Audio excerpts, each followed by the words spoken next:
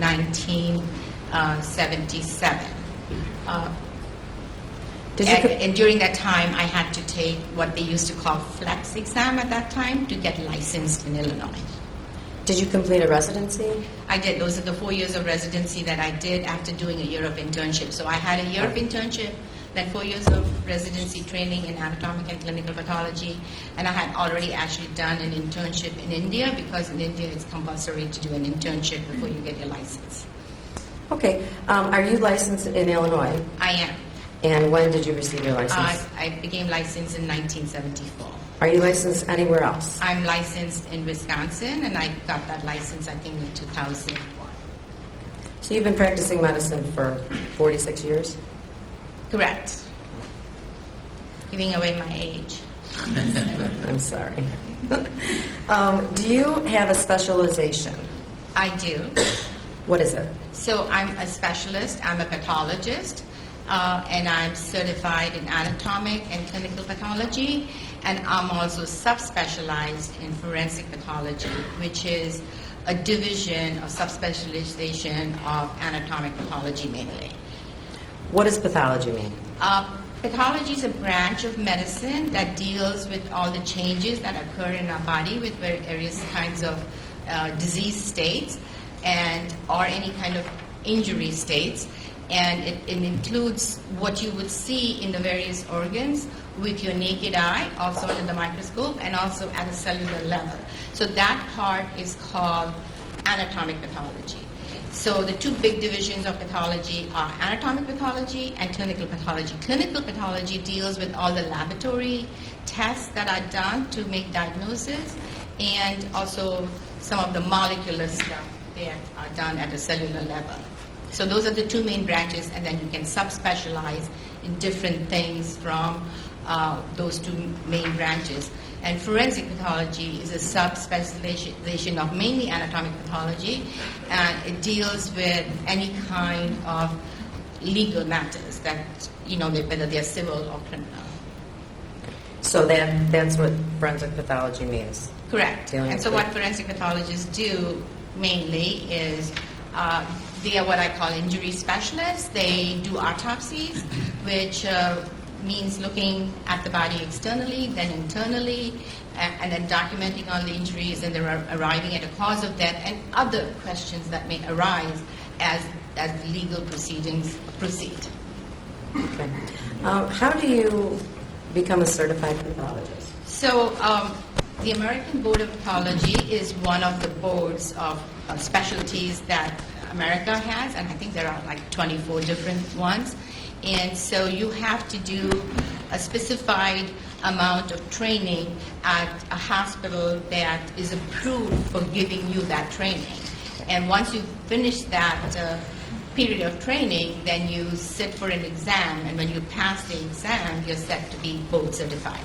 So after I finished my training in anatomic and clinical pathology, I took the boards in anatomic and clinical pathology after I had already started doing forensic pathology, and I passed those. And so at that time, I was board certified in anatomic and clinical pathology.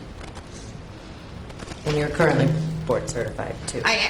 So when I got certified, it was for life. They have made some changes since 2006 that they have to get recertified.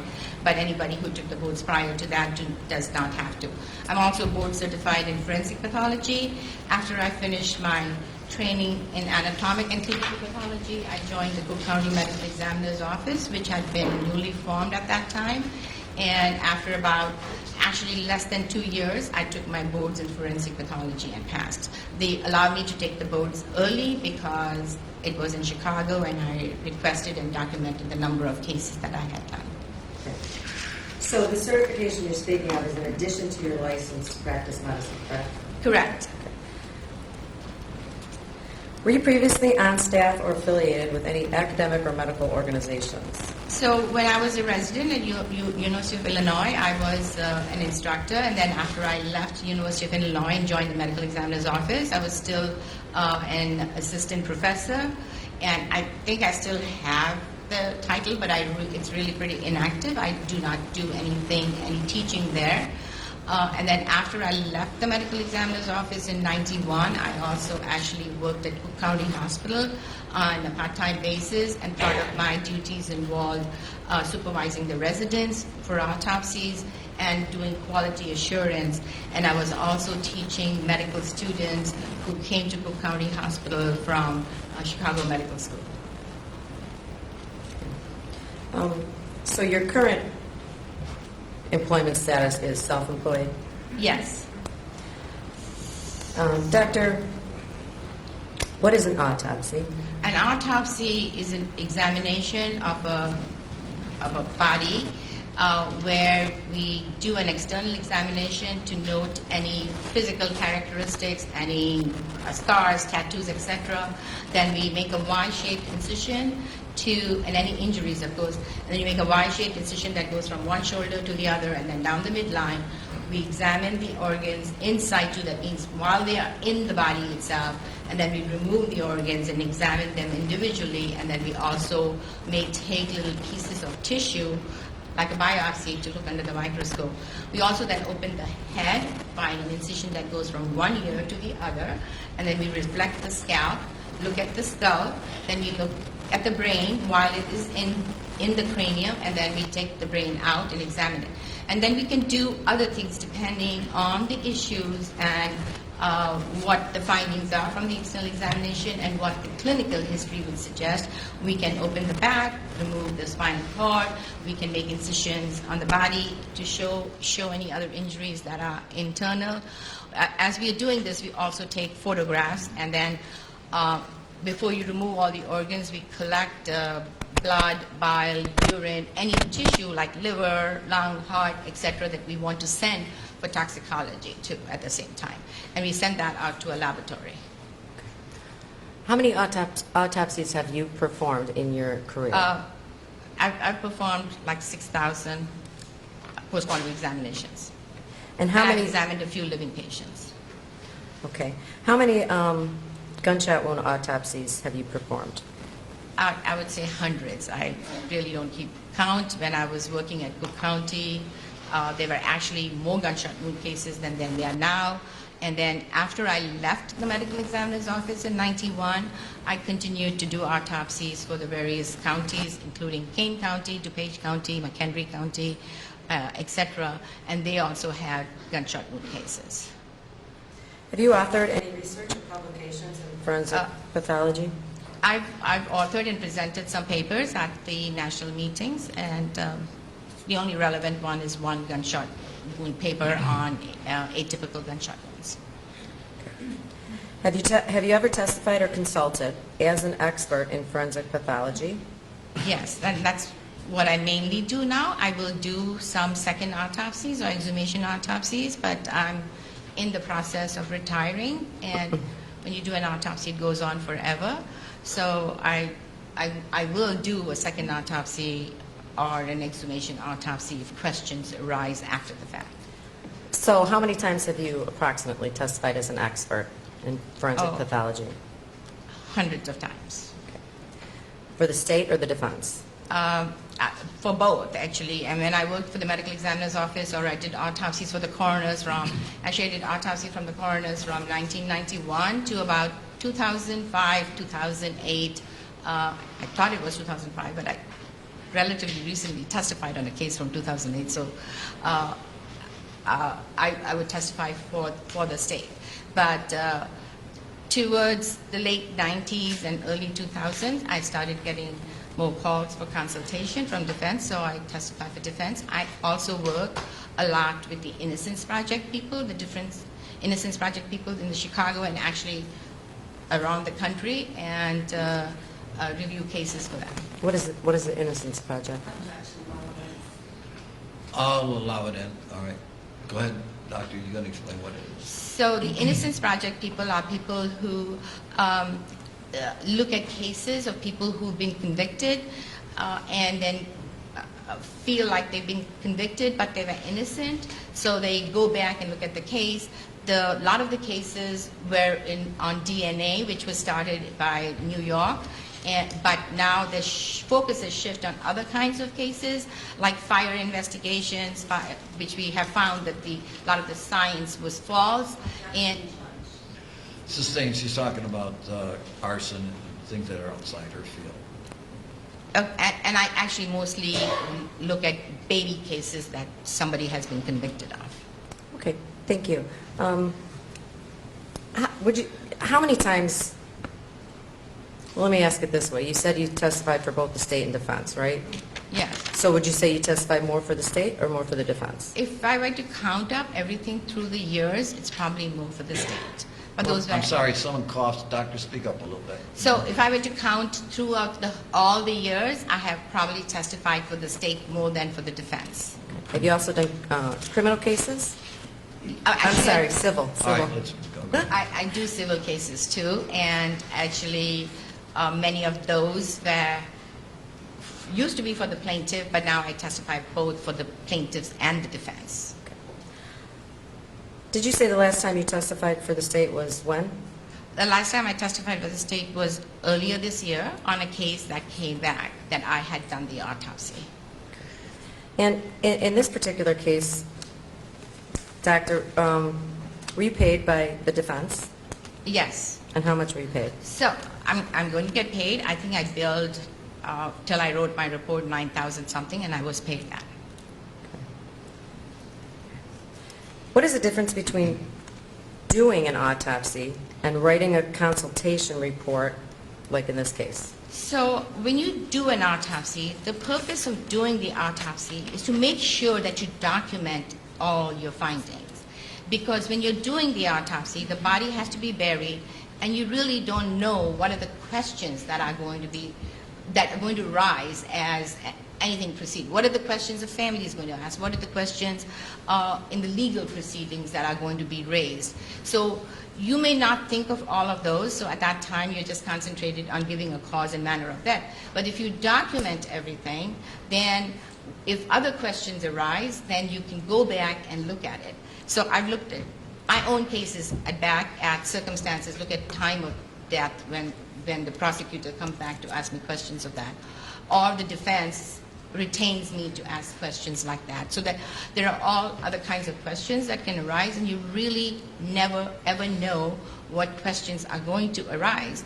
So if everything is documented in the autopsy by not only dictating it and writing it, but also by photographs, radiology, and now we are doing CTs and etc. too, so we have other modalities that will document so that anybody else who looks at the case sees the same findings. They may come to different conclusions, but the findings are still the same. So when I do a case as a consultant, I really go back and look at everything and then ask the attorneys, what are the questions? If I do an autopsy myself, I also ask myself, what are the questions that can possibly arise from this case, and what should I do to make sure that I document the findings supporting my opinion or not supporting my opinion. So it depends on what kind of a case it is, because there are no two cases that are identical. Thank you. Judge, at this time I would tender Dr. Tease and ask that she be found to be an expert in forensic pathology. Thank you. State. I find that Dr. Tease is qualified to testify as an expert in the area of forensic pathology. Proceed. Thank you. Dr. Tease, were you asked by the defense in this case to review the autopsy of Laquan McDonald performed on October 21st, 2014? Yes, Did you prepare a report? I did. Do you have your report to refer to that would assist you in your testimony today? I do. Judge, I'd ask that Dr. Tease be permitted to refer to her report during her Can I testimony. have the attorneys over here for a second, please?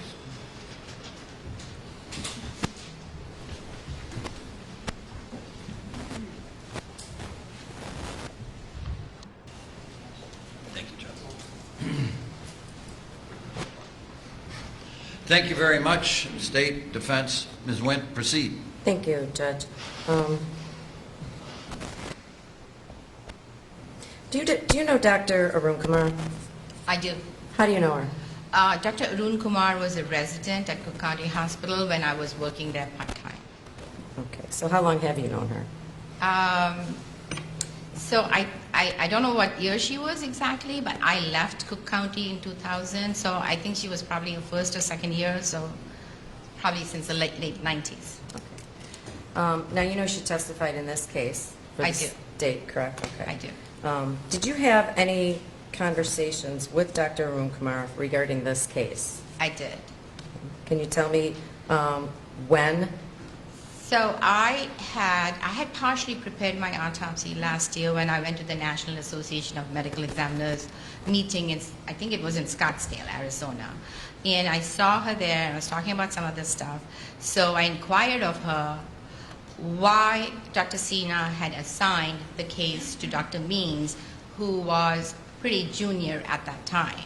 Who's Dr.? Sustained. Doctor, stick to the facts, all right? This is a personal opinion of yours, and that's not a professional opinion.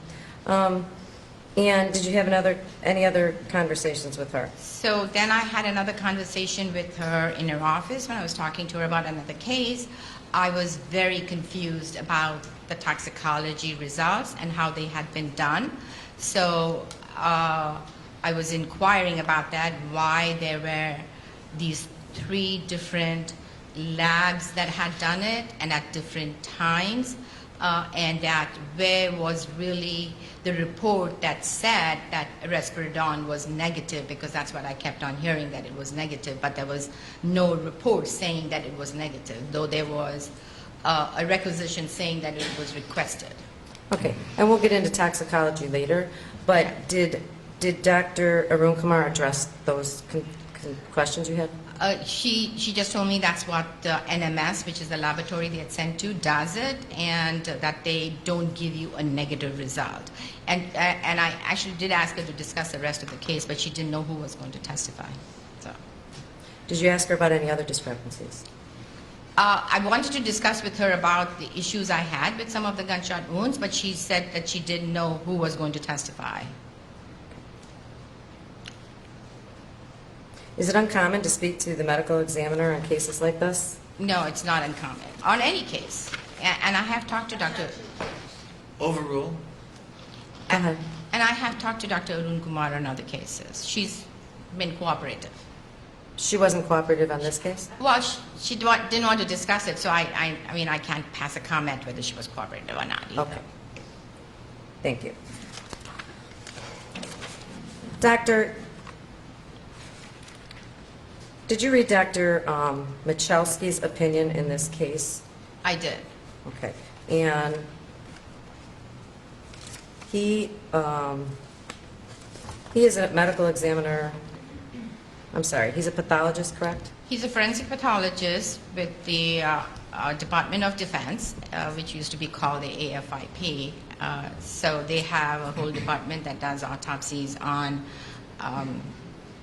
either natural deaths or traumatic death that occur in the Army, Navy, whatever. So yes, I talked to him. I know him. I spent 2 days with him.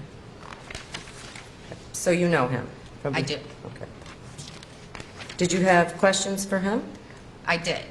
What did you ask him? So again, it was at the May meeting. I asked him if he would like to, if I can discuss the case with him because I have some issues, and he said he would, and then, but he said he would do it the next day because he was doing a presentation, and the next day he said I can't. So he didn't answer any of your questions? He did not want to discuss it. What was his opinion with regard to the rapidly fatal shots? His opinion was that what was described as gunshot wound number 2 and 4 were the fatal shots. Did he say rapidly fatal? Yes. What does that mean? It just, nobody has a time for saying rapidly or instantaneously, but that the person would be dead pretty soon after they sustained it. Did he say that any of the gunshots besides 2 and 4 were rapidly fatal? No, not in his report at least. To you, did he say that? I beg your pardon? You said not in his report. Yeah, he did not say that any of the other gunshots were rapidly fatal. And he didn't say that to you either? No, we really didn't discuss the case because I had a partial PowerPoint prepared, and I was going to really talk to him about each of the gunshot wounds because he had just repeated what was in the autopsy report Okay. and not commented on each gunshot wound. Did you know that he did not testify for the state in this case? I just, Excuse me, what has this got to do with this case? All right? It just, It has nothing to do with her opinion whether a witness testifies or not. All right, sustained, move on. do you know Dr. Means? no, I do not.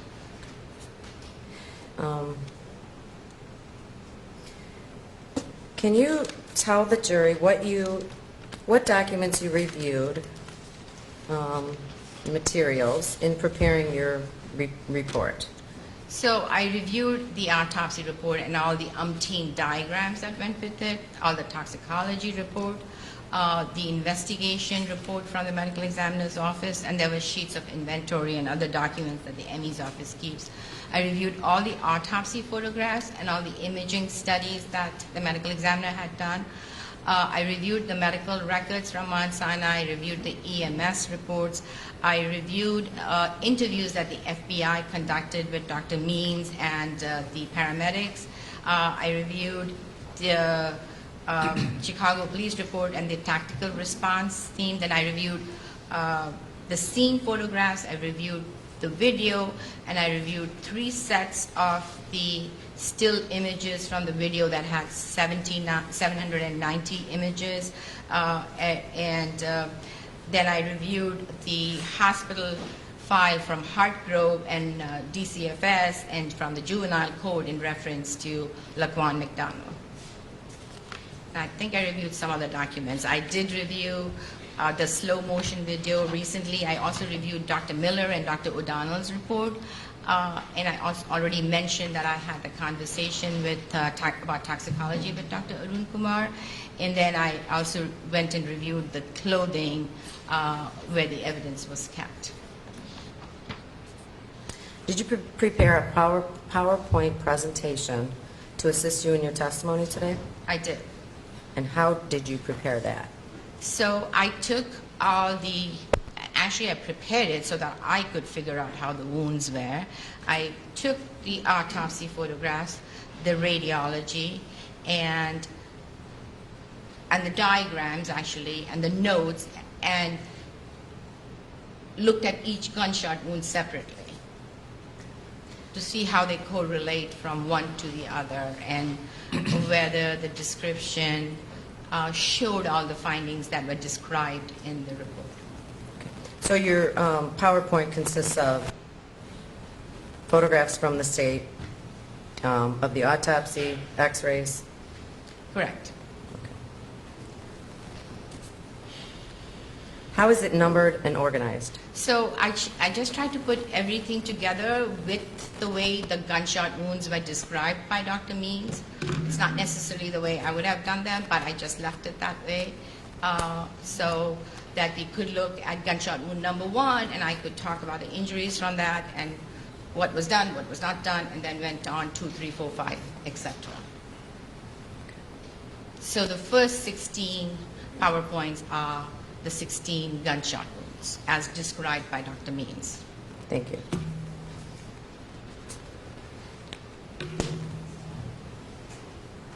May I approach, Judge? Sure. Thank you. Doctor, I'm showing you what's been marked as defense number 7 for identification. Do you recognize this? Yes, And you what ha- is- we what were is working on the PowerPoint on it yesterday. PowerPoint presentation that you just spoke of. Correct, correct. Judge, at this time I ask you to publish this to the jury. Are you moving it into evidence, or it's going to be demonstrative evidence? I will ask to move it into evidence as well. Well, go ahead. I'm asking to move it into evidence and publish to the jury. Any objections stated? Judge, I think it's just demonstrative, so we would object to it being admitted, but I have no objection to it being used. All right, at this time, the identification marks will be stricken. There's a question whether it's demonstrative evidence or real evidence. So, but the state has no objection to you publishing it. So it will be published, and we'll determine whether it be real evidence or demonstrative evidence at a later time. Thank you, Judge.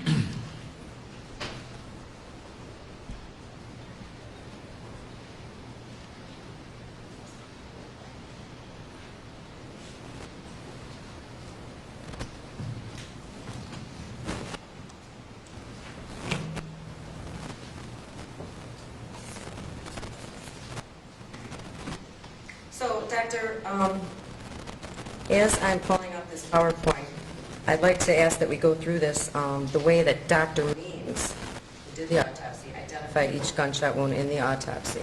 Correct. Okay. So, could we get the lights, please? Thank you. Doctor, could you please describe and evaluate what is shown in this first slide? So this is Laquan's head with his face down, and it shows the wound that was described as gunshot wound number 1, and it's on the left side of the head, right about here, just above the ear. And for the record, the doctor is pointing to her left At this time, head. we're going to take a short recess. Take the lights on. Take the ladies and gentlemen back to the jury room. All rise for the jury.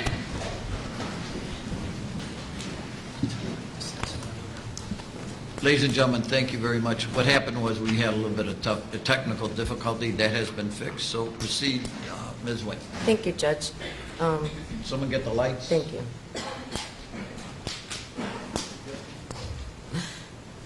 Go ahead. So, Doctor, we left off where I asked if you could evaluate this wound. Describe and evaluate. So as I described, that it's on the left side of the head. This is Laquan's head is face down, and it's on the left side, and it's going, I don't know which side, front to back. For the record, the doctor has pointed to her left head, left side of her head. You About- don't know which direction it came from, did you say? No, I can't. You cannot tell, because sometimes you can tell with a grazed wound. What this looks like is what we call a laceration. A laceration is an injury where the entire thickness of the skin has been traversed by the wound, and abrasion is where just the superficial layers of the skin are gone. So Can I sometimes stop you for 1 second? Okay. What does traverse mean? traverse means traveling in a direction. Go ahead. So sometimes with a grazed wound, you can tell the direction, but you need to shave the hair around it to see what the abrasion that's around it looks like. And in this case, that has not been done, so you cannot comment on it either way. So it could be going from front to back or back to front, either way. Is it standard procedure to shave? Yes, it is. Can you determine, would you have been able to determine the track had it been dissected? You may have been, but this way you definitely. I'm sorry, doctor, when there's an objection, you're a professional. Don't Okay. keep testifying. You understand me? I do. I did not hear the objection. I'm sorry. All right, thank you. All right, state what's your objection. I'll allow you wide latitude on cross-examination. Overrule. Go ahead, defense. Thank you. Doctor, you can answer that question. So, if you shave it, you may be able to tell conclusively that it goes in that way. But if you don't have it, then you cannot tell for sure. Okay. Would dissection have shown the track? There's nothing to dissect here because it's just gone through the entire thickness of the skin. The scalp is skin, excepting it's thicker than the rest of the skin on our body. That's all. Can you tell from the autopsy and the photographs whether or not this wound is bleeding profusely? There is no bleeding. Head wounds, especially running in that direction, bleed profusely because the blood vessels run across, and so when the skin is cut, they will bleed profusely, but there's no leakage of blood at autopsy or from the photographs that were taken at the hospital. And where would that leakage of blood have been shown, had there been? It would be just leaking out all over. Sometimes at autopsy, it still continues to leak. Do you see blood in his hair? No, not much. There is a little blood. Whenever you cut the skin, there is going to be some bleeding. But it's not bleeding that I would call bleeding that is going all over. Well, in your opinion, did this wound cause bleeding that would have contributed to his death in under 30 minutes? So if this wound did bleed, it bled very little and would be very insignificant. So it would not cause, I would say that it did not cause death and would not contribute to cause of death. Not contribute, did you say? Correct. Okay, thank you. The medical examiner, I know that you heard, described a subarachnoid brain bleed. So yeah, she described in her report, she said there was subarachnoid, I don't know whether she said mild or minimal, there was mild subarachnoid hemorrhage in the left temporal and parietal lobes of the brain. The brain is divided into the right and the left side, and each side, the cerebrum, is divided into the frontal, the parietal on the center, the occipital at the back, and the temporal is actually a little underneath, like almost behind your ear. And so she described that, but then in her notes, she wrote that there was mild subarachnoid hemorrhage on the right sides. And there is no photograph to, first of all, sort out whether this is the right or the left, or whether it's of any significance. Subarachnoid hemorrhage can occur from many different things, including injury. Actually, the commonest cause is probably more natural if you have massive subarachnoid, but it can, and we often see it in cases with asphyxia, or you can see it when somebody who has been has lost their pulse, has lost their perfusion pressure for blood to go in, and that has been resuscitated where circulation is established to a minimal extent. So it could be, or you can see it from a fall, and Laquan did fall at the end. So without the documentation, I am very reluctant to assign any significance to it, and usually it's such a it's a common finding when somebody has been resuscitated that I'm not willing to assign any significance to it. And by documentation, you mean without evidence that there was this brain bleed, So you're stating? in forensic pathology, documentation means that not only just you write it, you show it so that somebody else who looks at it and say, yes, this is a significant bleed, this is significant. Writing is not just accepted, so it should be photographed. Photographed.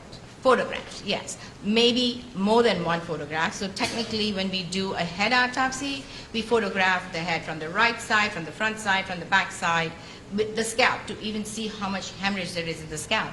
And on the right side, and then when you open the skull, you photograph the brain inside you, and you can also, if the hemorrhage is underneath, then you take it out, and then you take the photograph from underneath. And none of that was done.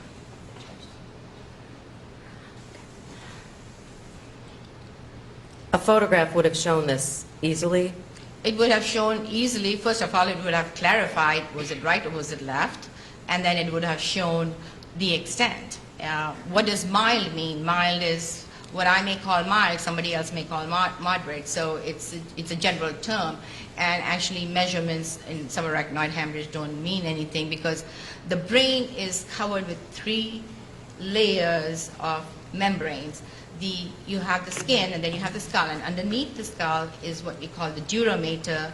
Then underneath that we have the arachnoid mater, and that's where the blood vessels run.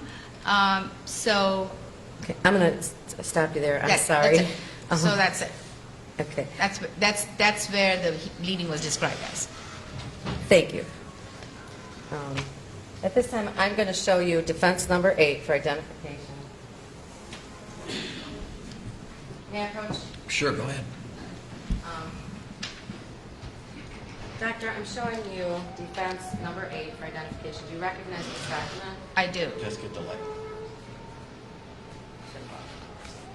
And what is that? So it's a body diagram that Dr. Means used to document the grazed wound to the head, and she's got the dimensions written, and it's got the name, the date, the case number, and then by the head she's got mild subgaleal or scalp hemorrhage, and then mild subarachnoid hemorrhage. Thank you.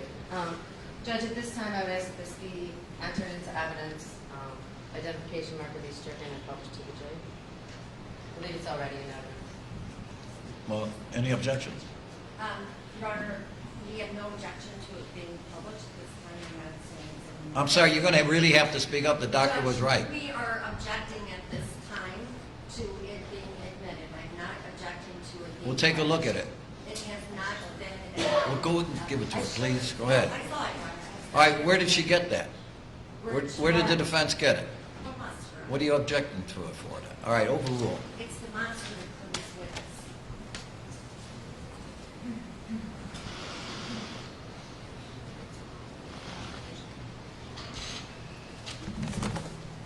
So I'm blowing up this exhibit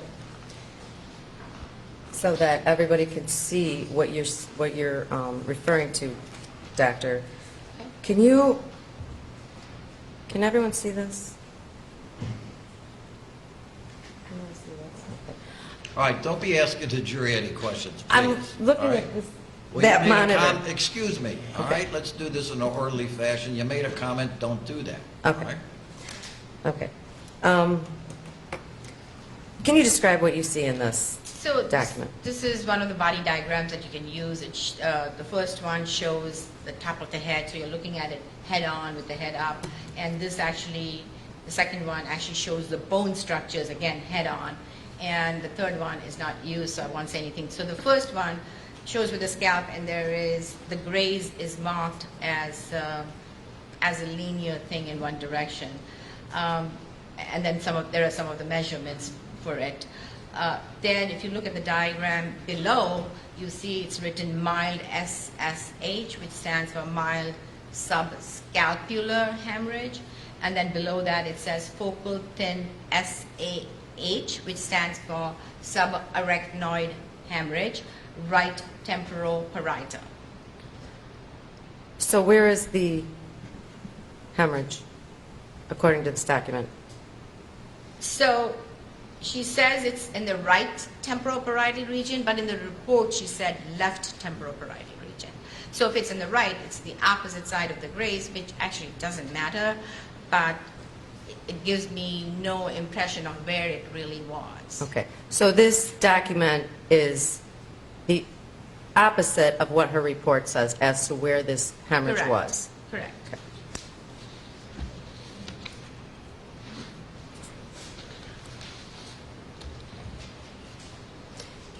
Is there any definitive evidence that this gunshot wound occurred while Laquan McDonald was on the ground? So it could have, depending on exactly which way it went, but it could have occurred as he was twisting and falling too. The medical examiner said that he was alive when he sustained this. Do you agree with that? It all depends on how you want to define alive. I would say, looking at this wound, I would not be able to comment whether he was alive or dead. And definition of death is so different anywhere. Death is not, in my opinion, an event. It's a process. Process? Yes. All right. I'm going to go to the next slide. Could you please describe and evaluate this wound? So this was described as gunshot wound number 2 in Dr. Means' autopsy. And all the entrance wounds are circled in green. And they are all of the 3 pictures show the same thing with different magnification. And it looks like an entrance wound. It's not totally typical, but it's still an entrance wound. And she described that the wound went through the left neck, went through the muscles on the left side, went through the trachea, and then went through the muscles on the right side. So the wound entered. May I stand? And may I stand to show? Oh, Judge, may the witness stand, please? Sir? Thank you. So the entrance wound was here, and it went in which the trachea would be here, the muscles would be here. There are a lot of vessels that are not involved, and then it came out the side, and she recovered the bullet on the back of the shoulder, right about here. Okay, for the record, the doctor is pointing to entrance on her left neck, exit out your back. Okay, Shoulder. so Right. so the track is left to right, slightly downwards, front to back. But when we are looking at tracks in autopsies, we are really presuming that we are looking at the body straight with our hands down, flat. And gunshot wounds never occur in that situation. There is always motion on the part of the shooter and the victim. So you have to look at many other things to evaluate. And usually the question I would ask is where was the shooter and where was the victim and what was his position to say whether it's consistent with that or not. So anyway, that's an entrance wound. And then if you look at the two x-rays here, you can see that you can see the bullet here. And this is a lateral, so it tells you on the back where it is. It's very light, but you can still see it. It's circled in, so it's that same bullet that's showing you. Maybe I just want to put a pink dot right there. Well, it doesn't want to be cooperative there, I'm sorry. All right, so you're identifying the bullet, with a pink dot. And it's usual to take a photograph of the different sides of the bullet, and then you put it in an envelope, seal it, label it as to where it came from, so it can be sent to the ballistics department for evaluation. And did you say whether he was upright or on the ground when he sustained this gunshot? This gunshot wound could not have occurred after reviewing the video, and there's still images when he was on the ground, because we know the relative position of the shooter and Laquan. So this gunshot wound would have to occur when, if the officer was to his left, he had to be facing him at least partially, at least his chest was facing him at that point. So his shoulder would be to the back, his neck would be turned this way, so it'd go in here, and that's where it would come out. So you're saying Laquan's torso was facing Jason Van Dyke? Correct, at least his chest part, he could be twisted at the waist. And you know that because of the trajectory? Of the way the wound traverses in the body. Okay. And in your opinion... And sorry, and then I know approximately where the officer was. In your opinion, after reviewing all the evidence, in the sequence of shots, what shot do you believe that this gunshot was out of the 16 that came out of the firearm? So if I were to look at, I looked at the video, and I actually looked at the slow motion video.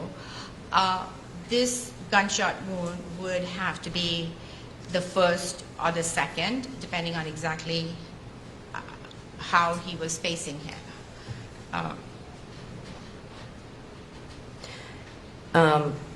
Were there internal photos taken of this wound track? There were no internal photos taken to show, and there was actually no description of the opening in the trachea. Did it perforate, or did it penetrate, or did it just lacerate? So when you say something is perforating, that means you're saying it's going in and it's coming out of there. But a bullet can just go into an organ or tissue and just penetrate it.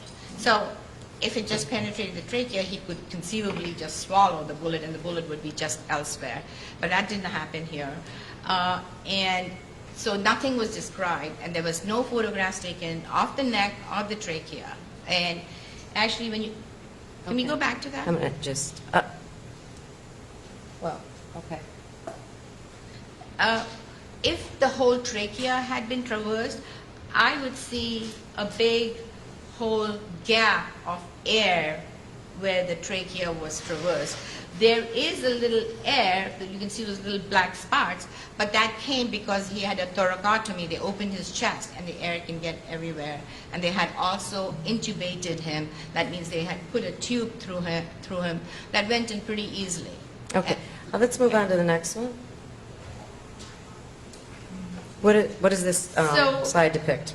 So this is described as gunshot wound number 3.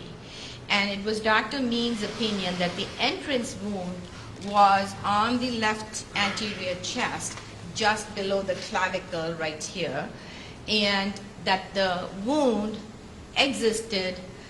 was an exit on the back of the right arm right about where your deltoid would be. It is my opinion that actually the wound on the arm is the entrance wound, and the exit is the one that we see in the chest. And actually the wound on the back of the arm looks like a typical entrance wound with a very thin rim of abrasion that, if you were looking at the wound straight on, goes from like about 4 o'clock to 10 o'clock, which also may give me the idea that perhaps this bullet is going from the left to the right. There are other reasons that we can go into why I think that it is reversed. But either way, the gunshot wound did not cause any damage to any of the organs. It traversed the muscles. I don't know how much hemorrhage it caused, and I do not think it caused any pulpification, which I have no idea what it means, and I could not find the word. So it is still what I would classify as a superficial wound, just going through the muscles, not maybe underneath the skin. I have no idea whether how much muscle was involved, and it did not cause any damage that would cause him to die in a few minutes or 30 minutes. So there's no evidence of blood loss? Correct. There's no documented evidence of blood loss. And there were no internal photos of the track wound again? Correct. Okay. And can you show us how this wound, the trajectory of this bullet from this wound? So, in my opinion, the trajectory was from... For the record, Judge, may she please use her probe? Certainly. Thank you. Well, I can't penetrate the probe in my body, but... Well, okay. So, I think it went in here and it came out here. All right, for the record, it went in Went into the back of the arm. into the and it back of came the out left arm, exited front of the left chest. Left chest, below the clavicle. If it entered here, then the trajectory would have actually gone from this side to this side somewhere, unless Laquan had his arm in a very contorted position. So I just can't see how the track would occur in that fashion. Okay. And what But- position was he in when he sustained So, this? the first gunshot wounds, and I'll hopefully show all of them at the end, came from Laquan's left. So, if the wound in the neck and the fourth wound that we haven't talked about caused him to rotate, his arm would be in this position where the wound could have gone in easily and come out here. And for the record, you're rotating to the right.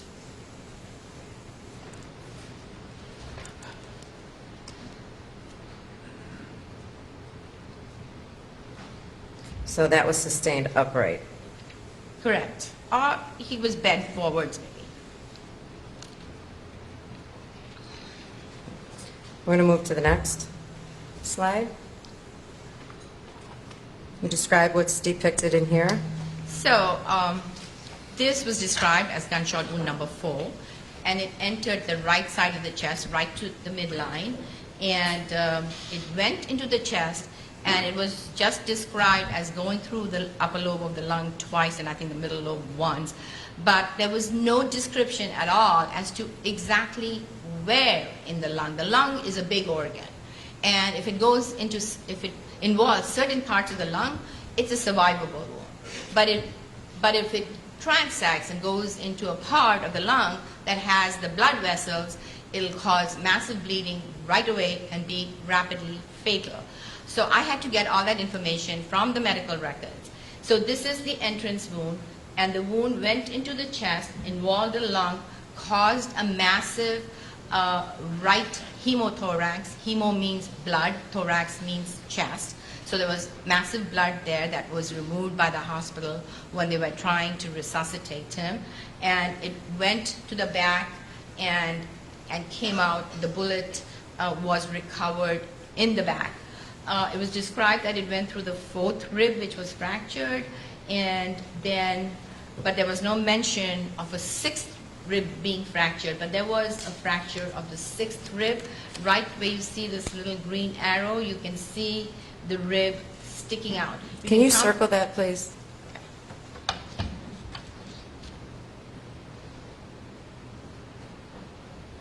And what you're circling there is evidence of a fracture? Of the sixth rib. And if it came out in the sixth intercostal space, yes, it could. A photograph would have clarified both the fourth rib and the sixth rib, and a photograph of the lung would have clarified exactly where it went. Do you want me to go on with the lung? Let me ask, what was the cause of death in this case? It is my opinion that this is the wound that caused Laquan to die so rapidly. And what do you base your opinion on? I base my opinion on the fact that he died from bleeding, that this gunshot wound went through the hilum, or a major blood vessel that has much higher pressure than the peripheral vessels of the lung, and that he would bleed out pretty rapidly from that. Can you show the jury where the bullet penetrated in the diagram to the right by circling it? So it went into the chest here, and then it went through the lung, and so this is the lung and the heart together, just a diagram. So what happens is that the deoxygenated blood from our body goes into the right side of the heart, and the right side of the heart, via the pulmonary artery, which is this blue thing here, divides into two and goes into the right and left, takes that blood to the entire lung. The lung oxygenates it, puts it oxygen, and then it comes back into the heart via the pulmonary vein, which is actually should be in red. It's not there. You can see it's here. But also at the hilum, where the pulmonary vein is also the bronchus and the pulmonary veins. The pressure in the pulmonary veins is lower. It's the pressure in the pulmonary artery that causes the rapid bleeding. So if that area was involved, it would cause rapid bleeding. So I just put a red line across it to say that's where it is, and then That's where what is? where the wound in the lung was. And you put a line on the pulmonary artery, correct? Correct. It's All a right. pulmonary artery, and actually the pulmonary vein is there too, but it's opposite here because the pulmonary artery is actually blue because it has deoxygenated blood. Usually we show the arteries in red, but it's opposite in the lung because the purpose is different. So if the wound had been, say, to the periphery right here, or maybe on the top at the apex, it may not have been that rapidly fatal. But it wasn't. But it wasn't. It was obvious from the medical records that they opened the chest. They actually saw the blood going from there, and what they said, they tried to, what they call tamponade, which means it's like you're trying to block the blood. So whenever you're bleeding, you put pressure, and so they were trying to put pressure. A lot of times they just take a clamp and clamp it, and I think they tried to clamp the aorta because that's what they thought initially it may be coming from. Okay. And when you say they, you're referring to the... I'm talking about the hospital physicians. You said there was a large amount of blood discovered in his right chest cavity. Yes. Was there blood in the left chest? Autopsy, I think Dr. Mean says it was bilateral, but once you open the chest, everything just flows. Liquid flows wherever it can. So, Okay. But the medical records from Mount Sinai said the left chest was clear? I think that's what they said. How fast did he die after receiving this gunshot wound? If the pulmonary artery is cut, it's, I would say, minutes. Minutes. And minutes. And I would say 5 minutes, but the chance of him surviving may have been much less if there was a surgical team waiting there to block it. Maybe. What is the survival rate in injuries like this to the pulmonary You know, artery? I don't know in the medical literature, but I would say just looking at vessels that he would be dead within 1 to 5 minutes. That's if a surgical team was on site. If the surgical team was on site, he would have a chance. I would say if there was no surgical, that's where he would have some of the chance. But if he was to be transported, which would take 20 to 30 minutes anywhere, it would be very difficult to say. But even if there was a surgical team on site, is the chances of survival? Go I ahead. need to finish the question, though.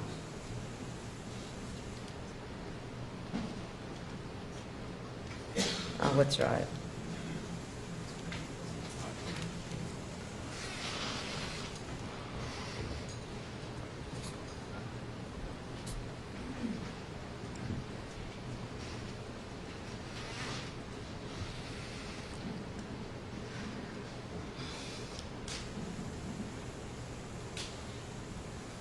Oh, okay. I hope you're not waiting on me. Was there blood or hemorrhaging anywhere else in his body that would have caused sudden death like this? There was no evidence that there was any massive hemorrhage anywhere to cause his death, or actually even maybe contribute to his death, What was that? or contribute to his death. Or contribute? Right, Okay. because this would have killed him so rapidly. So, essentially, he bled out from this wound. Yes. Okay. So the cause of death was the gunshot wounds, but the mechanism was the bleeding, the hemorrhage in the chest. You reviewed the paramedics report, correct? I did. Okay. And did he have a pulse when they arrived on scene? When they initially arrived, it didn't, and then they got a pulse of 60 and literally said he had what they call agonal breathing, which then went up a little bit. So when they arrived, no pulse, Correct. and then you said it was agonal. What does that mean? Agonal breathing is breathing like you're not going to make it. It's like near death, but they did get a pulse of 60, and they got some blood pressure too. And what does a pulse of 60 mean? It doesn't mean anything, especially in somebody who they are attempting to resuscitate. The heart actually does beat for a long time, and if you stimulate it, you can still get some pulse. But really, to be effective as a pump, the heart, you have to feel pulses everywhere in the body, and there's no indication that they said that. And then when he was in the ambulance, he lost pulse again. So in your opinion, when he arrived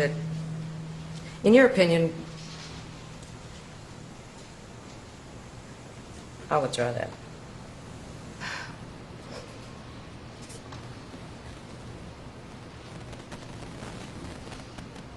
Can you stand and show the jury the trajectory of this bullet, please, with your So- probe?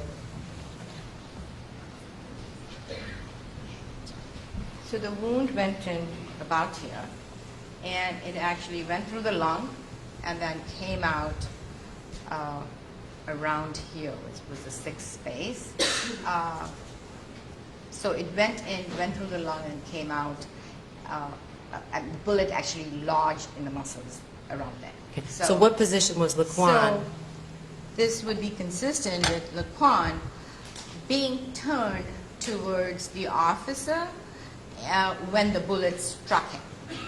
And then it just went up. And you know that by the entrance and exit trajectory. Correct. All right. Because the assumption is that the bullet travels in a straight line, unless it hits something else, then it can ricochet. And depending on the angle it hits something, the angle may be different. Thank you. Okay.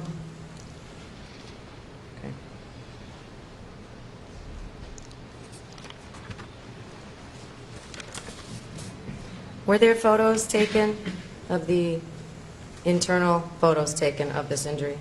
There were no photos taken of the sternum or the rib when it went in, no photos of the lung. Really, there was no description of the lung excepting to say that I think the upper lobe was involved twice and the middle lobe once. no indication that this was near the hilum, and no photos of the inside of the chest after the lungs had been removed to show where it had perforated and gone to the back. And then there were no photos of when the bullet was recovered to show exactly where it was recovered. But Mount Sinai described a hole, 2 holes in the lung, correct? They described that there was a hole in the pulmonary artery and then in the lung too. Okay.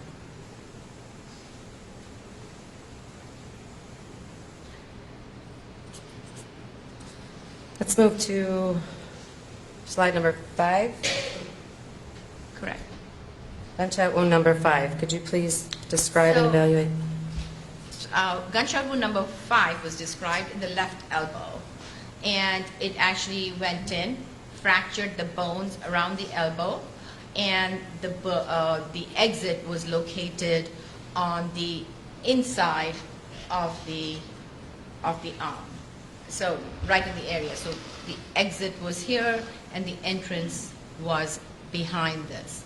Okay. So it was just a wound that went through the elbow. Is this considered a through and through? Yes, it's a through and through. What does that mean again? Through It and just through? means it went in and came out pretty close to where it was. Again, I tend to call these superficial. Whether it causes fractures or not, I have no idea how much hemorrhage was there. In fact, in this case, the paramedics started an IV right in that area, so they were able to establish an IV in front of, in spite of the fractures. So I would label it as a superficial wound that was through and through. So in your opinion, what caused the swelling? I beg your pardon? What caused the swelling here, in your opinion? What caused what? The swelling, did you say that was from the IV? So there may be a little swelling in some of the pictures that you can see. If you look at it here, you may think there is some swelling. If you look at this area here, that there may be some swelling. But they started an IV there, and so whenever you start an IV in somebody who's collapsed, it's really hard actually to establish an IV because their vessels are all collapsed. And so the fluid can leak out before they can get. So there may have been a little fluid leakage. I'm not sure that there was anything, and because unless a cut had been made, I would not be able to tell. Maybe it's the position of the arm, but somebody could look at it and say that there was swelling. So I would say, okay, it was there. I really don't see any significant swelling because in the x-ray you can see the soft tissue too, and if there's hemorrhage, that will bulge too. So you will see, we look at scalps all the time to see if you're seeing hemorrhage in the skin there. So you do not see any significant hemorrhage or bleeding here? I do not see any significant bleeding. And you know that because of the x-ray, right? Yes. Okay. And the lack of swelling. All right. So and what was his- adjacent to number 5 was described number 10. So if there are 2 wounds adjacent to each other, I would say you call them 5 and 6 and not 5 and 10. And you go on to describe other locations for 6, 7, 8, and 9, and then you come back to that same area as 10. Okay. What was Laquan's position when this injury was sustained? So Laquan, this wound is actually coming from the left too. So when I looked at the video, you could see that he was rotating. And so as he starts rotating, his elbow gets to the point here, and that's when those wounds would enter. So if it entered when his point was when he was like this, depending on exactly how his arm was, it would be a straight shot that would come out in that location. And so he was in the upright position? Yes. He was upright, he wasn't down, but he was rotating.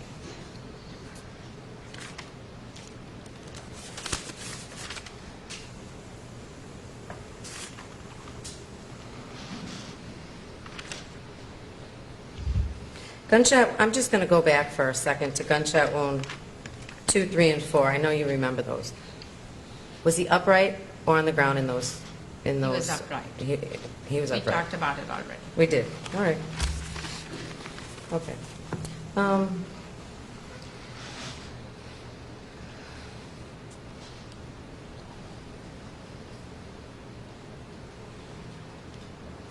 So if there's no evidence of blood loss here, like you just testified to, or hemorrhaging, could that injury have contributed to his death in less than 30 minutes? Not in my opinion.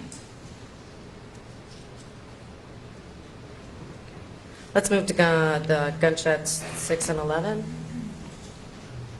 Could you describe what is in... So gunshot wound number 6 and 11 were described on the right arm. So you go from the left elbow to the right arm, and they were, what I see is one big wound. It looks very peculiar. Could it be two? Yes. Could it be just one? Yes. I cannot, I would not say this is definitely two, but it could be two. So you're saying this could be one bullet that Correct. entered this hole, Correct. and not two as the ME has Correct. described? Correct. Because what I remember seeing is just one hole in the clothing at that point too. Okay. So, but clothing can forward, so you can have two holes from one bullet. It's not a typical entrance wound, one or two. It has a lot of tissue hanging out. So I put this as a close-up here to show what it looked really as a close-up. What you're seeing, could there be some abrasions here on the edge? Yes, you're seeing the tissue hang out. All entrance wounds don't have to look just typical. They don't have to have an abrasion that you can recognize. So they come in various forms. They do very different things, and so you should be aware of that. So what I'm seeing is a lot of tissue hanging out. I know Dr. Arun Kumar said that this was a bridge of tissue. Can you draw a line there, or just an arrow, what you're speaking of, Sorry. what you're speaking about? I think this is what he was referring to. Is that a skin bridge? It just looks like tissue hanging out, just as everywhere else. And I actually don't see any fabric in it. If there was fabric, Dr. Mean should have taken up a forceps and taken it out. She hasn't described it. She hasn't done that. So this is just, the tissue is drying, and it just looks different. Just as you can look at the edges of the exit wound, you can see it's drying and it's looking darker. Is this a through and through? So this was described as two wounds, so I'm going to treat them as separate. That if one of these was 6, it was described that the exit wound came out on the arm on the right side, right about here. I would say almost in the back between the elbow and the shoulder. But again, there's no incision made to trace and see whether the hemorrhage is there. Would that have been standard procedure? Yes, and especially when you have something that looks so different, and then you're saying there are two wounds, and the other wound is going exactly in the opposite direction, you would have to make an incision to trace exactly where it may have made. Right. If there was I'm sorry. If there was a track dissection, would that have been definitive evidence as to whether or not there's one or two? Well, it would have helped to resolve where the track was, that there was a track there, and that's where it was going. So if you made an incision going from there to here, and then you made another incision going from this side all the way to the I don't know. shoulder, then you could have seen that there were two separate tracks. But that wasn't done. That wasn't done. Right. Also, it was described that there was a fracture of the humerus in that area. The x-ray doesn't show any fracture in that area. There was a fracture at the lower end, but that was from the other gunshot wounds. So you don't see any humerus fracture in this picture? So if I would see the humerus fracture, I should see the fracture somewhere around where the wound entered or between where it exited. And the x-rays don't go all the way up. So there's two ways to demonstrate a fracture, is either to take x-rays and make sure that that x-ray shows what you're describing, or to make an incision and show this is where the fracture is. So there was no fracture there that I could see, at least in that area. Do you see any fabric in this wound? I already described, there's no way I want to say it's fabric looking at a photograph, because tissue gets dried up and it could look like anything.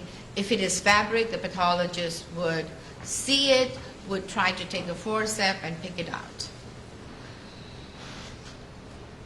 Is there any evidence that there was fabric taken from this and put into evidence? There is no evidence that anything was taken from this wound.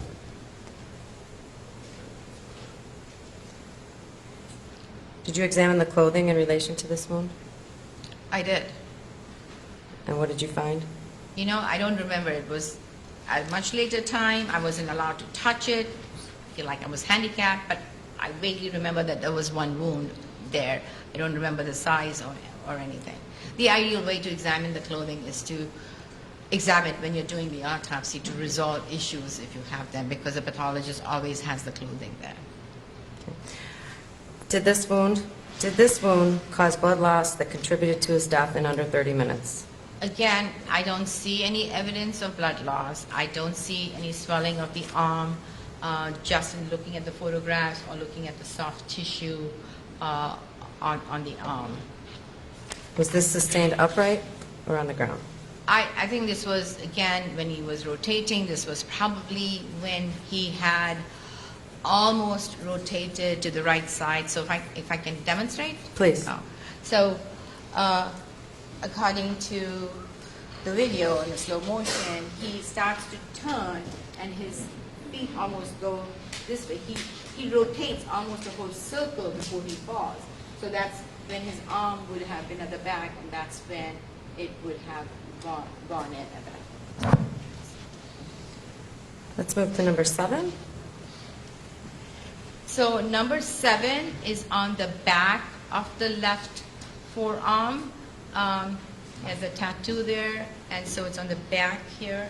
So we are going again from the left to the right. We are back to the left again.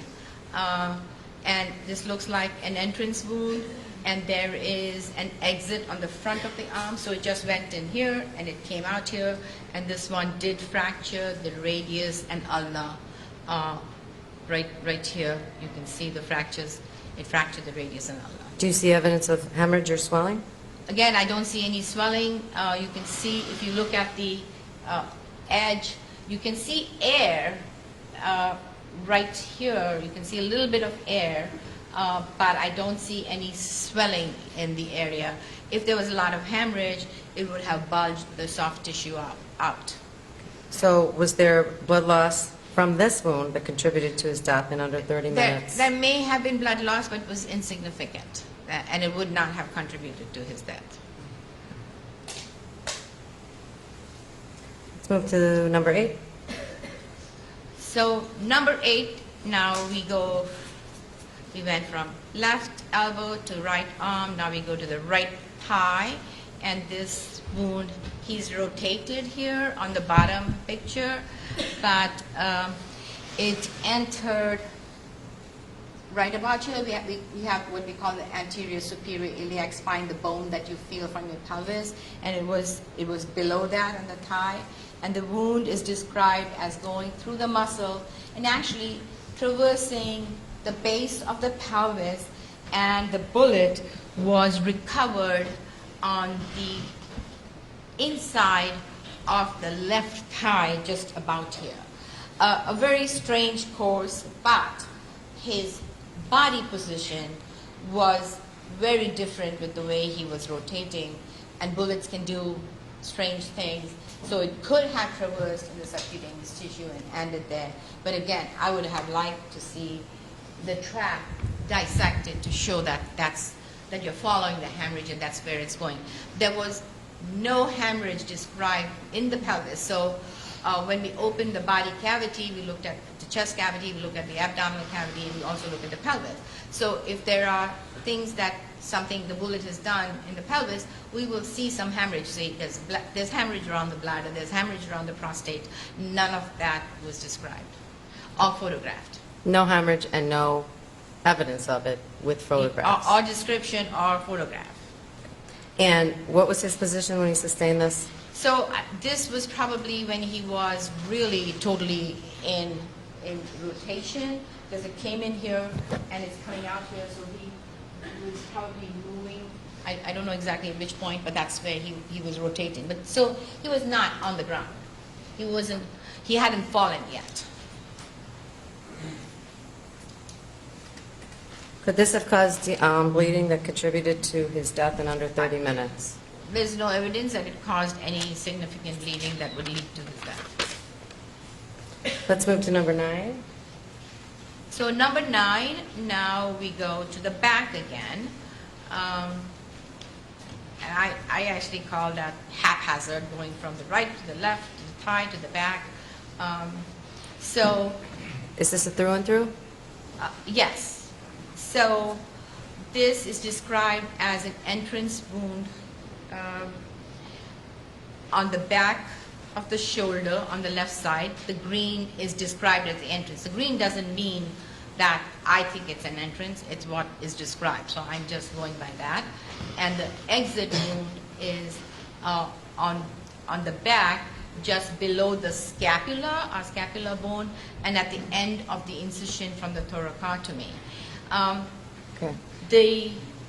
The entrance wound you see in the diagram to the left is pretty large, and it was described as that there is this white part is all an abrasion. It's really just tissue hanging out from there.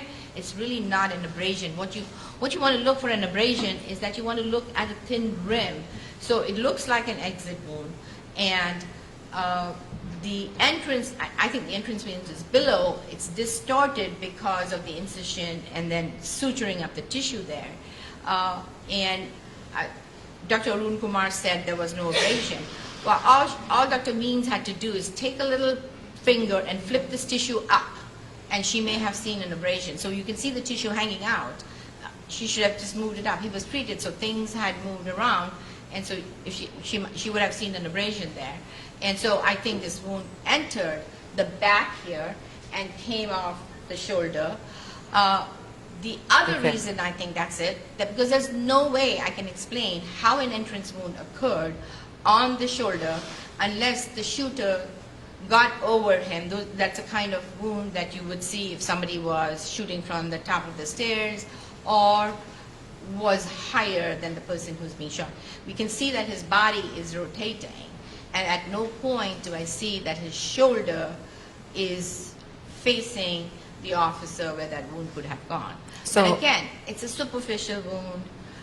I don't know whether it went in just underneath the skin or it went in any of the muscles. But what I can tell you is that it did not pulpify any muscle, because I have no idea what pulpify means, but it just doesn't happen. So Okay. So are you saying then that he was standing when he sustained this? he was wound? in his rotation, and it is coming from the left.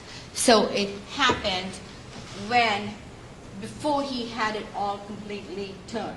Before he He completely may have been in this position. If he sustained the neck and the chest wound first and the elbow wound, so it was pretty much probably in the time that he sustained the elbow wounds.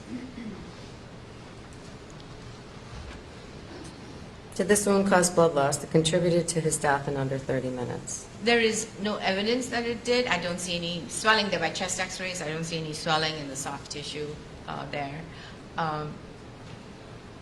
Let's move to number 10. So number 10, I think we've already dealt with it, is right next to number 5.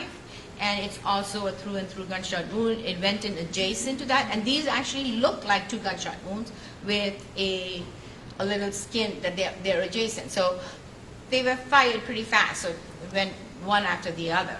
And then the exit wound was on the elbow, a little bit more medially than the entrance wound. What does the evidence show that Laquan's position was when he sustained this? Sorry. I just lost the image for a minute. You lost it? Again, I don't see any evidence to suggest that there was any extensive blood loss to say that contributed to his death in the short period of time that he died. It could have caused problems later on. Okay. Was he upright when he sustained this? Yes, it would be the same thing. He was rotating. It would be the same thing as number 5. Okay, let's move to 11. I think we covered this. Yeah, so 11 is like 5, and I think we already dealt with it. Okay. The only thing is that 11 was described as exiting on the right back, and this exit was actually close to the bullet that was recovered from gunshot wound number 4. And sometimes gunshot wounds can come out and actually go back, so you have an exit and you still have a bullet. The rule is that the number of bullets you have and the number of holes you have should add up to an even number, so you're always looking at that. But sometimes bullets do little strange things, and it may not happen. So I mean, I can't tell unless it was examined that really if there really was a track of wound. So ideally, going from, can't see here. I'm going to try and do this, but sometimes it doesn't work on TV. What you would have to do is actually make an incision going from here to here, actually with his arm straight. I mean, it can be that the exit would come out in that location if his arm is totally straight out, so it would enter here and just go there. And if he was bent forward, it would be a straight line. But I would want you to demonstrate hemorrhage and a track. And you technically don't put probes, but if you make an incision, you can take a probe. They have probes with rounded edges, so you're not causing damage to the tissue. You push that, you can take a picture so everybody can see it, and nobody will have any doubts about it later on. Okay. None of that was done. Okay. Again, this is sustained while upright. It was in the part of his rotation when his right body was turned to the officer. We move to number 12.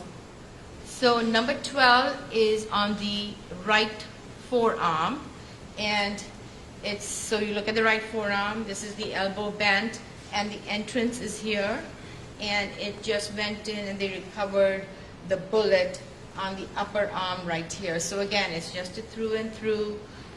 It actually, it probably caused a fracture of the elbow, but not of the humerus.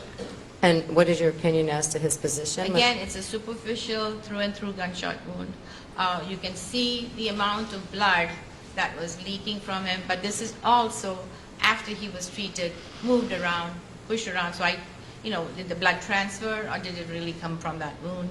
But again, it's not a whole lot of blood. So the blood loss in this? I would say if there was blood loss, it was minimal. Did it contribute to his death in under 30 I would minutes? say it did not contribute to his death because he was pronounced dead in less than 30 minutes. And what position was he when he sustained this gunshot? Again, he was rotating, and his right side of his body was to the convent. He was not on the ground at that point yet. Let's move to number 13. So number 13 is on the back of the right forearm, right here, away from the number 12 that we just described. It's on the back right here. And again, this is an atypical gunshot wound. This is the entrance wound, but you have this big tail hanging, which would suggest that... What are you pointing to right now? You have this, sorry. Thank I didn't you. mean to touch that, this tail hanging, which gives you the impression that this is what I would call an atypical gunshot wound. And it could be that the bullet struck an intermediary target or it stuck something else and then entered the arm. So, and then the bullet was still there. But I don't see any fracture of the radius and ulna, though it was described that there was a fracture of the radius and ulna. If you presume that this wound should cause fracture, it may or it may not. If you're going to say it did cause, then you document it either by X-ray or by a photograph taken at the autopsy. You don't see any fractures of the I don't radius? see any fractures there. I see the bullet. It's right there. But at least I cannot appreciate. I can't say it wasn't there, but I can appreciate it. So, Well, could it have been documented anywhere else? I mean, if you don't yes, see it there. all you would have to say is take another X-ray in another direction. But that wasn't done. That wasn't done. Or you just make an incision and take a photograph to show the fracture. But that wasn't done. That wasn't done either, and that would have covered the hemorrhage too. So the only thing the ME had to look at to determine whether or not, I beg your pardon? strike that.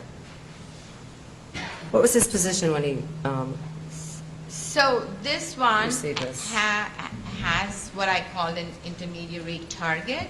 It could have hit the pavement and then hit him. It could be when his arm was stretched. I can't really see the pictures exactly whether his arm was this way or angled, or it could have been that it struck the pavement and struck him just as he was about to fall. so he could have been upright still? He could have been just off the ground. Okay. All right, let's move to 14. Okay. Can you describe this, please? The 14 is on the back of the right hand, and this is the wound that shows a lot of little abrasions surrounding it, which would be consistent with fragments of the pavement that blew up and then landed with the bullet on his hand. So it definitely hit an intermediary target, and if his hand was like this, this is the most likely wound that would have occurred when he was on the ground. Intermediary target, meaning the ground? The ground, right. I mean, it can be anything. It could be a window, it could be a piece of furniture, but we know he was on the road. Let's move to 15. So number, Can I have a moment, please, Your Honor? did you show this one?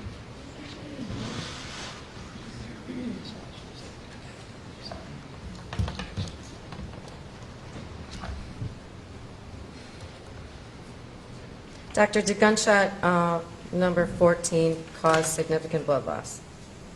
There's no evidence that it did.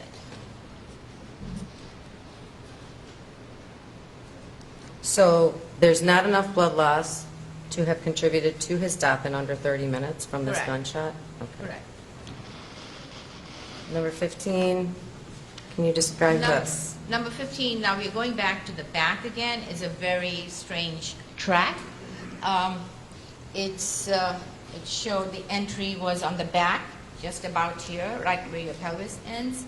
And it did not go into any of the body cavities. It didn't go into the pelvic cavity. It did not go into the abdominal cavity. And the bullet was recovered on the front of the abdomen, just, I would say, to the left of your umbilicus, in the muscle.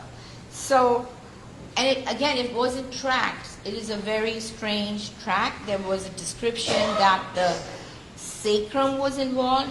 I don't see any perforation of the sacrum. What I do see along the sacrum are little fragments that are denser than bone. So I'm going to presume that they are fragments of the bullet. So did the bullet just travel on the surface of the sacrum? So going from here, your sacrum is located, say here. So it's going from here, it's traveling on the surface, but not really perforating, because I don't have anything to show, and there's nothing to show that it entered, or if it perforated, it would cause a lot of hemorrhage inside the pelvic cavity, and it went around like that. You gotta remember that one was much more lean than I am, so, and it could, and it would be when he was actually totally, completely twisted like that is when it would have occurred. So it is when the right side of his body was to the officer, and his body was completely twisted. He does have a pretty awkward motion when the video is slowed down to see. When you just see it rapidly, you really can't tell the details. So he was upright spinning. He was still upright. The medical examiner said fractured sacrum. I think that's what you mean when you said... Well, it could be. What I'm seeing is little scraples, but show me the fracture. It's not a fracture where it really fractured it and then caused a lot of hemorrhage, because nothing is documented inside the pelvic cavity. I mean, there's no description saying that the retroperitoneal tissue, the tissue behind the the peritoneum, which is the lining of the abdomen, shows hemorrhage because that's where it would show, or that the connective tissue in the pelvis would show hemorrhage. I mean, you can see a lot of things there. You can even see his fecal material, but I cannot appreciate a fracture there. And it's an area where the bowel is, so it covers things up. So if there was a fracture, there should have been a photograph. So you do not see a fracture? I do not see a fracture. And if there was, you're saying there would have been significant damage to the vital organs? Well, I don't know if it was just a graze on the surface of the bone. I mean, if you just graze it, it may not, but it did not go into the pelvic cavity. So there were no vital organs struck? Correct.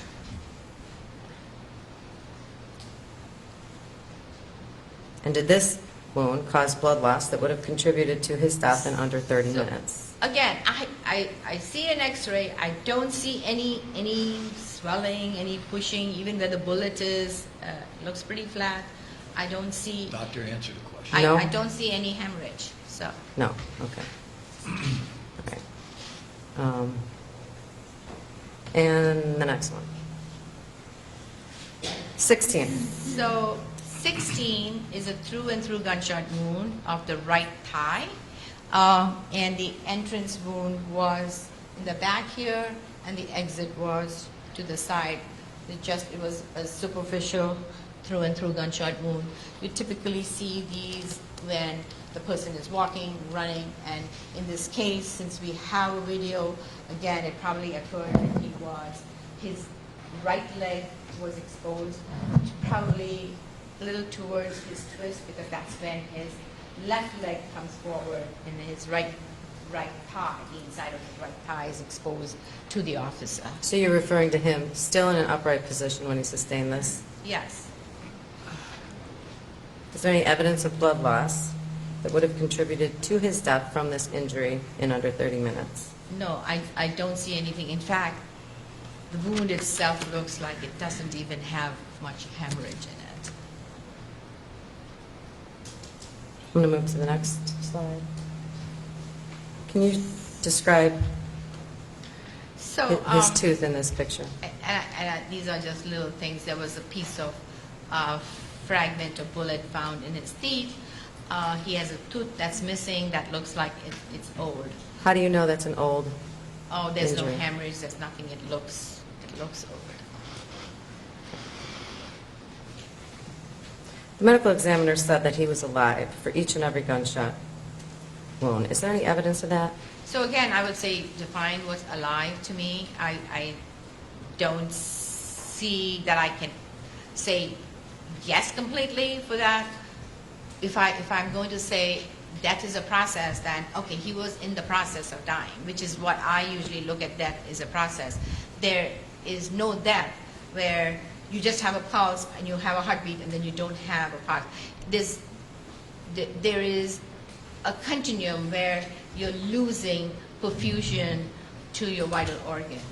And some of the lack of blood in the other gunshot wounds is consistent with the chest wound having been sustained where he has actually lost a lot of blood.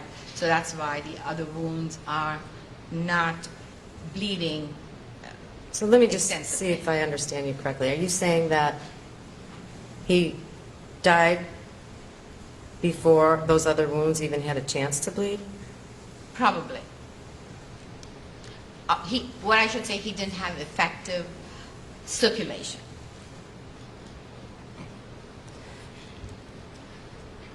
What is this photo showing?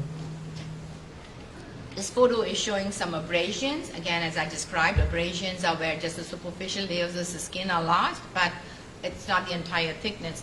We know that Laquan fell at the end and hit the pavement, and so there's gravel there, and there probably was a lot more gravel kicked up by the bullets hitting the pavement, the ones that struck him, and also ones that may not have struck him. So that's just from the pavement. So,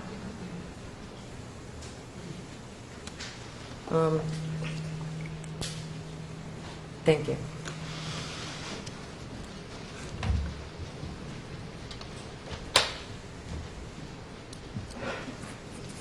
Excluding gunshots 2 and 4, the neck and the pulmonary artery, could Laquan McDonald have died in under 30 minutes from the remaining gunshot wounds? No. What did you determine was the cause of death? The cause of death, if I were to certify the death, I would say it's still multiple gunshot wounds, and I would call it a homicide, because that's what we do when we have even 2 gunshot wounds. We say that they died from multiple gunshot wounds. The death certificate is also used for statistical purposes, so it indicates that there was more than one. The question is not what you put on the death certificate. The question is how you testify. Oftentimes, if I had 2 or 3 gunshot wounds and only one was fatal, I would say at the end of the other ones that gunshot wound number 2 or 3 or whatever it was would not be fatal immediately. So you look at the circumstances to draw different conclusions. So,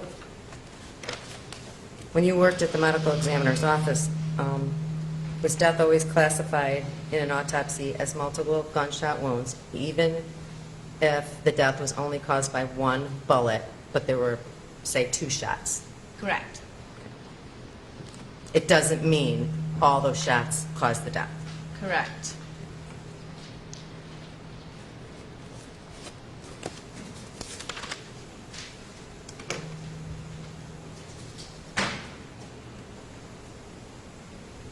Have you ever had a case where through and through gunshot wounds of the limbs caused death in under 30 minutes? Objection, Judge Baldwin. I'll let the doctor answer, and I'll give you Can wide you latitude. Excuse me, doctor, come on now, all right? And I'll give you wide latitude on cross-examination. Go ahead. Can you repeat it? Sure. Could barely hear you. Have you ever had a case where through and through gunshot wounds of the limbs caused death in under 30 minutes? No, not that I can remember.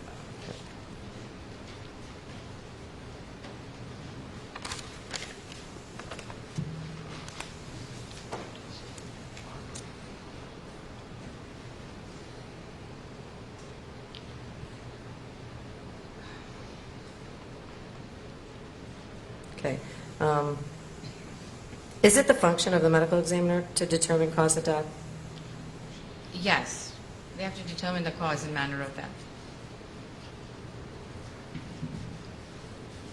Does the medical examiner use common phrases in gunshot wound autopsy reports?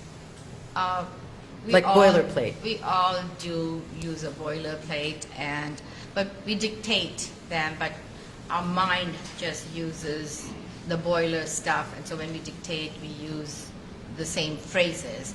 And the transcriber may have a boilerplate that they go off. But usually, we dictated the cases. What's some of the boilerplate language? Oh, well, like when I learned how to do gunshot wounds, I actually had a big list that I had to go through measurements from here to there, and then I would just go through that and what order you would do. So if you're describing the organs, you would say there's pulmonary edema, there's pulmonary congestion, the kidneys of normal shape and size, the capsule strips of ease. It's usually large for internal examination. And for gunshot wounds, I didn't use some of the terms that I saw in this report. I just said it perforated, Okay. so and so. Doctor, what are the recommended procedures for gunshot wound autopsies? So the National Association of Medical Examiners, which I'm a member of, writes recommendations on what they call position papers for certain things. And they actually recently put out a paper for custody death. So any custody death, because all the medical examiners throughout the country and the coroners know that these are high-profile cases and that they would cause a lot of problems. They've been causing problems since the 80s, and so they recommend that you do a laundry list of things. Is first of all that you do the written documentation, you take photographs, you take internal photographs, you do an extensive toxicology. Was you that do done in this case? Radiology. No, there were many things that were not done. So those were things that we were doing when I was doing cases at the medical examiner's office in 1980. So I don't know why the policies changed. Is dissecting one of the recommended procedures? Correct. She dissected it, but she didn't dissect the tracks. track. or at least she didn't give any indication that she dissected it. So if you dissect them, you need to document it, either by a photograph. A photograph would be the best. But if you're not doing that, at least take your body diagram and put a line and say, I cut this and I saw hemorrhage, how much I saw. There cannot be just hemorrhage and pulpification of every wound tract. The problem is there's no such word as pulpification. Okay. Is histology one of the recommended procedures too? Correct. Was that done here? Histology is looking at the tissue under the microscope. Tissues. And if you're trying to save money in a young person like that, I would say, okay, don't do it. But the ME's office has their own histology lab, so it doesn't cost them anything extra to do it. Was that done here? No. Do medical examiners generally testify to their own autopsy reports? Yes. I actually testify even from the cases that I've done a long time ago. Okay.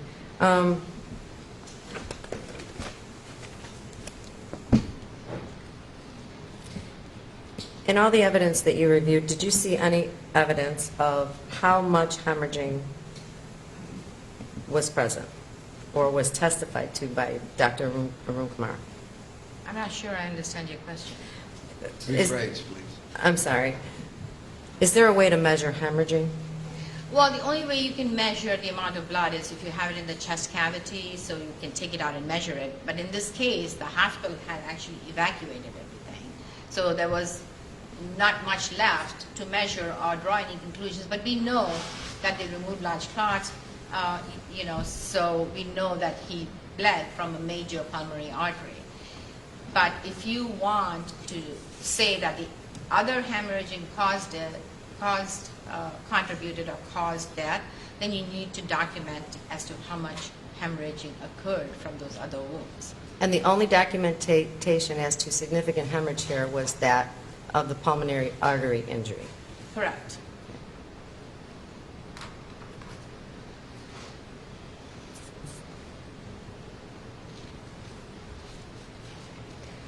In all the evidence that you've reviewed and the photos of the scene, photos of the autopsy, did you see any evidence of significant blood loss on the outside of the body?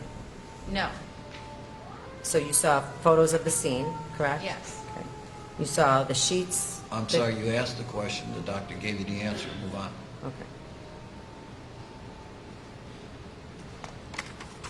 How much blood do you believe was on the scene, if you could I would measure it? say less than a cup, half a cup, which would be, and most of that blood actually came after the paramedics got there and did chest compressions.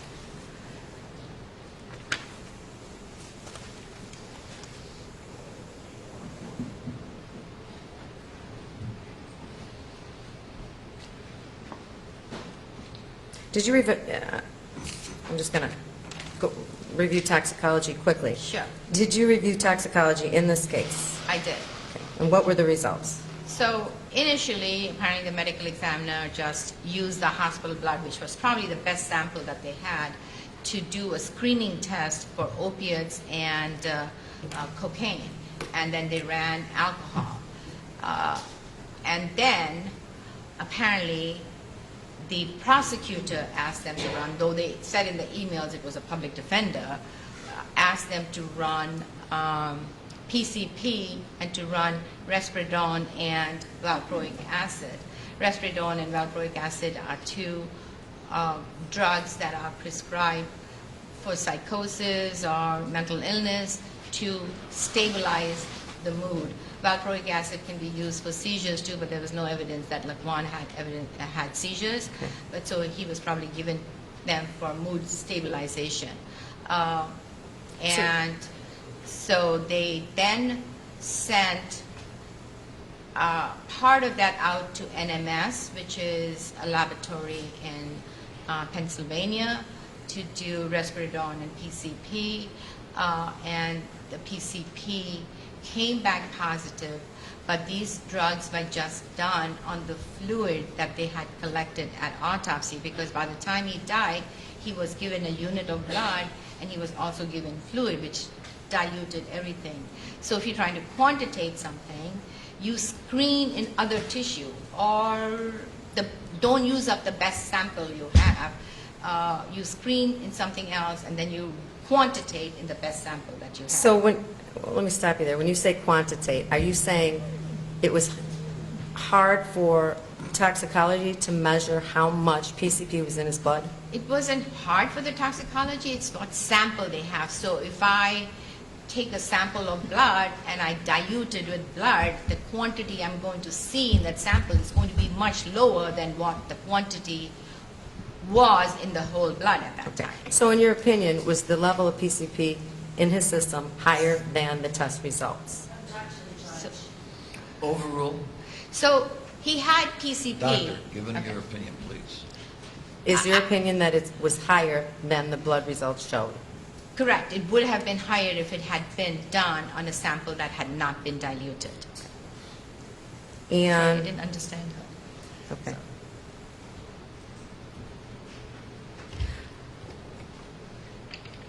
Was there ever any toxicology for drugs other than cocaine, opiates, alcohol, PCP, or the psychotropic ones that you spoke of? No, nothing else was done. Was there a general screening done? So, no, not a general expanded screening. They call looking for cocaine and opiates, which actually doesn't even, it's a screening test that may not cover all the opiates that you may have. It doesn't cover fentanyl. So, and there are just so many new drugs, it would not cover all of those. Right. So in a case like this, what should have been tested for that wasn't? So, in a case like this, you send the case for an expanded tox where NMS or any laboratory that you're using, when I was there, they had their own lab, so you just put it on what you call the mass spec, and the drug peaks come out, and then the toxicologist will say, this is the drug that he has a peak for, so maybe we'll take that and quantitate it. So you're screening for everything that they have standards for at that time at the lab. And the standards change depending on what drugs are being used. The toxicology laboratories keep on Doctor, adding please new, get to the new answer. Come standards. on. So you put it on a mass spectrometer to see what other drugs with these. So you're doing a big, extensive screening. Okay. Last question.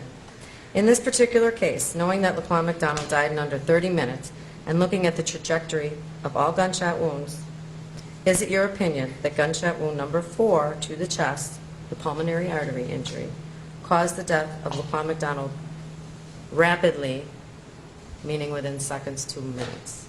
Yes. Judge, at this time I'd ask all identification markers be stricken on my exhibits and entered into evidence. We'll just take a break first. Could you take our wonderful people back to the jury? All rise for the jury.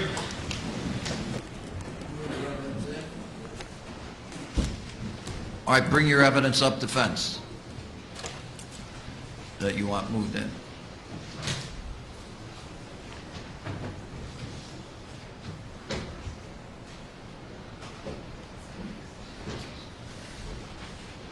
All right, start going through them one at a time. Okay, Judge, defense number 8, which was the diagram of the subarachnoid hemorrhage that was described in the autopsy reports that we received from the state's attorney's office. Any objections? All right, that will be moved in, the identification mark stricken. Thank you, Judge. And the PowerPoint presentation of Dr. T's, which was merely evidence, pictures that we received from the state's attorney's office. They've already put into evidence. Therefore, That's not, come on, we're not dealing with relative morality here. Whether they go in or not stands on your presentation, so make the presentation. the relevant to our analysis, Judge, all the photos that she used in her presentation were used to base her opinion, to make her opinion. State what's your objection. Your Honor, it's demonstrative. It doesn't come in as substantive evidence. It's demonstrative of what she used to form an opinion, but it's still a demonstrative I know, you keep saying that, but I mean, here's the, you know the difference between real evidence and demonstrative evidence. What's your point? Why is this not real evidence? Well, Judge, she's just testifying to things that she sees on the side, she disagrees to it, et cetera. That's not real evidence. Ms. Went? Dr. Ruckmar presented pictures also. Well, if you show that Dr. Runmar presented pictures that were the same as we're using the PowerPoint, they certainly are in, all right? But right now, these have not been authenticated. So they are demonstrative until they're authenticated. If Dr. Arun Kumar had authenticated them when the state put their evidence on, certainly they're going in. So I'll give you a little bit of time to look at that, all right? Thank you. All right, we're going to take a 15-minute break right now.